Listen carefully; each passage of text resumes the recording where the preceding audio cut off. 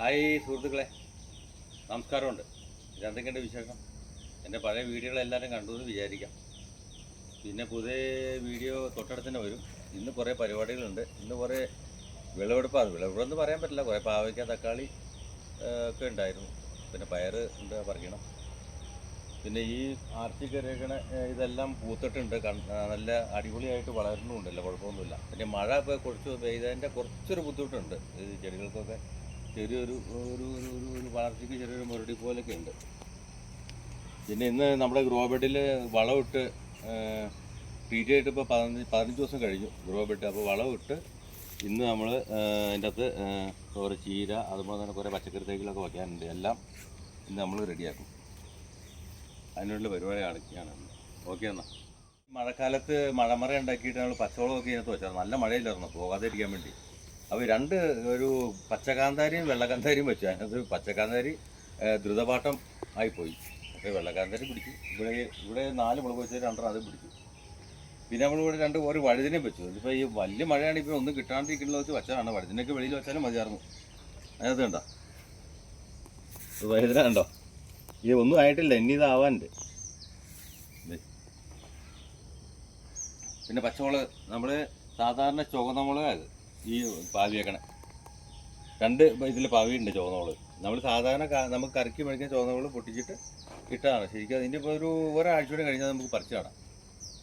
ഒരു 50-100 ഇഷ്ടംപോലെ ഈസിയായിട്ട് നടാൻ പറ്റും നമുക്ക്.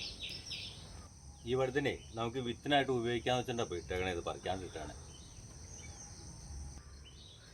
സാധാരണ ഈ കുക്കുമ്പർ നമുക്ക് അപൂർവമായിട്ടാണ് ശരിക്കും മുളച്ച് കിട്ടാറുള്ളൂ. ഇതിപ്പോൾ നമുക്ക് കിട്ടിയിട്ടുണ്ട്. അതിൻ്റെ അകത്ത് ഇത് പറഞ്ഞപ്പോൾ വിത്തിനിട്ടാണ് കുറേ പറിച്ചായിരുന്നു നമ്മൾ. വിത്തിനിട്ടാണ് കുറച്ച് കഴിഞ്ഞാൽ വള്ളി പടർന്ന് വന്നുണ്ട്. ഇതിപ്പോൾ ഒരു 40, 45, 50 ദിവസം ആവണുള്ളൂ മൊത്തം. ഈ വെന്തി ഉണ്ടോ? ഇത് ശരിക്കും ഹൈബ്രിഡ് വെന്തിയാണ്. ശരിക്കും പറഞ്ഞാൽ ഇതിന് നല്ല വലിപ്പമുണ്ട്. ഇതിന് ഇപ്പോൾ ചെറുതായതാണ്. ആ തീരാറാകുമ്പോൾ പൂ ചെറുതാവും. മറ്റേ നമുക്ക് ആദ്യമൊക്കെ ഭയങ്കര വലിപ്പമുണ്ട്. ഇത് നല്ല വലിപ്പമുണ്ട്. ഇത് ഹൈബ്രിഡ് ആയതുകൊണ്ട് നമുക്കിത് വിത്ത് ഭാഗം മുളയ്ക്കില്ല. അപ്പോൾ ഇതെന്താണ് ഇത് മാർഗമുള്ളത്? നമ്മൾ ഇവിടെ വെച്ച് കട്ട് ചെയ്യണം. കട്ട് ചെയ്തിട്ട് നമ്മൾ അതൊരു പോട്ടി മിശ്രിതം ഉണ്ടാക്കി അതിൻ്റെ അകത്ത് നമ്മൾ ഗ്ലാസ്സോ അല്ലെങ്കിൽ പ്ലാസ്റ്റിക് കവറിലോ നമ്മൾ കുത്തി നിർത്തിയാൽ മതി. ഒരു 2 ആഴ്ചയ്ക്കുള്ളിൽ പൊടിച്ച് നല്ലോണം വരും. അതുപോലെ നമ്മളവിടെ ഗ്ലാസ്സിൽ നമ്മൾ കുത്തി നിർത്തി, ഈ ഗ്ലാസ്സിൽ അങ്ങനെ നമ്മൾ കുത്തി നിർത്തിയാൽ മതി. അപ്പോൾ ആയിക്കോളൂ. കണ്ടോ, ഇവിടെ ഉണ്ട്.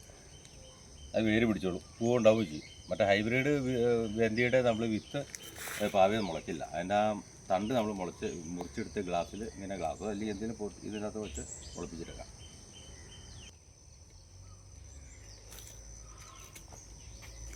നമ്മുടെ ഗ്രോ ബെഡിൽ നല്ലോണം വളർച്ചയുടെ കുഴപ്പമൊന്നുമില്ല. വയലറ്റ് ക്യാബേജുണ്ട്, സാധാ ക്യാബേജുണ്ട്, പിന്നെ അതിൻ്റെ ബ്രൊക്കോളിനുണ്ട്. പിന്നെ ഇവിടെ ലെറ്റ്യൂസ് വെച്ചിട്ടുണ്ട്. ആ വലിയ മഴ പെയ്താൽ ലെറ്റ്യൂസ് കുറേയൊക്കെ, ഇത് ബ്രൊക്കോളിനുണ്ട്, ലെറ്റ്യൂസും ഉണ്ട് ഇവിടെ, കുറേയൊക്കെ പോയി. പിന്നെ ഇത് വെച്ചിട്ടുണ്ട്. ക്യാരറ്റ് മുളച്ച് തുടങ്ങിയിട്ടുണ്ട് കേട്ടോ. ക്യാരറ്റ് മുളച്ച് തുടങ്ങിയിട്ടുണ്ട്. ഇതിനകത്ത് പിന്നെ നമ്മളൊരു സുഹൃത്ത് ഇന്നലെ മിനിഞ്ഞാന്ന് എൻ്റെ ഒരു ഗോപി സുഹൃത്തുണ്ട്, അവൻ്റെ വൈഫ് പറിച്ച് തന്നു വിട്ടാണ്. ഇതിനകത്ത് ഈ പൊന്നാങ്കണ്ണി ചീരയുണ്ട്, പിന്നെ സ്ട്രോബെറി. ഇത് സ്ട്രോബെറിയാണ്. ഇപ്പോൾ ശീതകാല ആയിട്ട് ഇപ്പോൾ നമ്മൾ ഈ സമയത്ത് സ്ട്രോബെറി വെച്ചാൽ നമുക്ക് കിട്ടും. വേനലിൽ വരുന്ന സമയത്ത് നമുക്കത് വിളവെടുക്കാൻ കഴിയും. സ്ട്രോബെറിയൊക്കെ നമുക്ക് ഉണ്ടാവും കറക്റ്റായിട്ട്.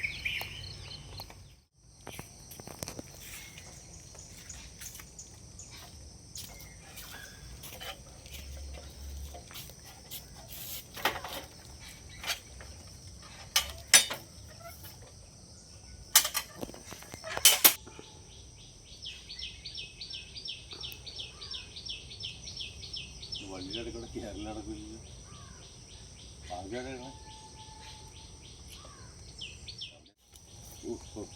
വെളി കീറിക്കൊണ്ട് കേട്ടോ. കുത്തി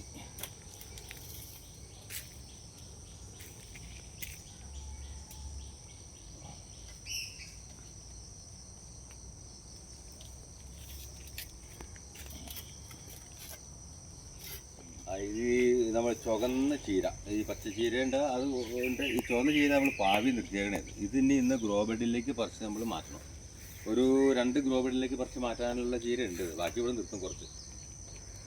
പിന്നെ മഞ്ഞൾ, ഈ മഞ്ഞളുണ്ട് നമ്മൾ ഇതിൻ്റെ ചുറ്റും നമ്മൾ മണ്ണ് എടുത്ത് കയറ്റുകയും കാട് വെട്ടുകയും ചെയ്താലും കൂടെ കാട് വരും. മണ്ണ് മഴ പെയ്യുമ്പോൾ ഒലിച്ചു പോകും, വളം ഇട്ടാൽ കിടക്കില്ല ഈ മഞ്ഞൾ. ഞാൻ വേറൊരു മഞ്ഞൾ ഗ്രോ ബാഗ് വെച്ചിട്ടുണ്ട്, അതുള്ള വ്യത്യാസം ഞാൻ കാണിച്ചു തരാം.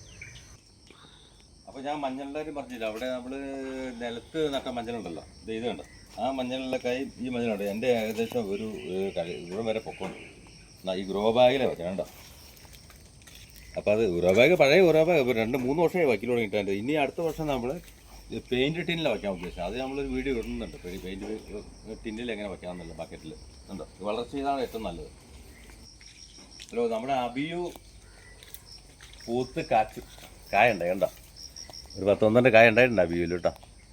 നമുക്ക് അവിടെ അപ്പുറം ഒരു അബിയുണ്ട്, അത് പൂത്തിട്ട് വിട്ടിട്ട് പോയപ്പോഴും അവിടെയൊക്കെ ഉണ്ട്, കായുണ്ട് ഉണ്ടോ.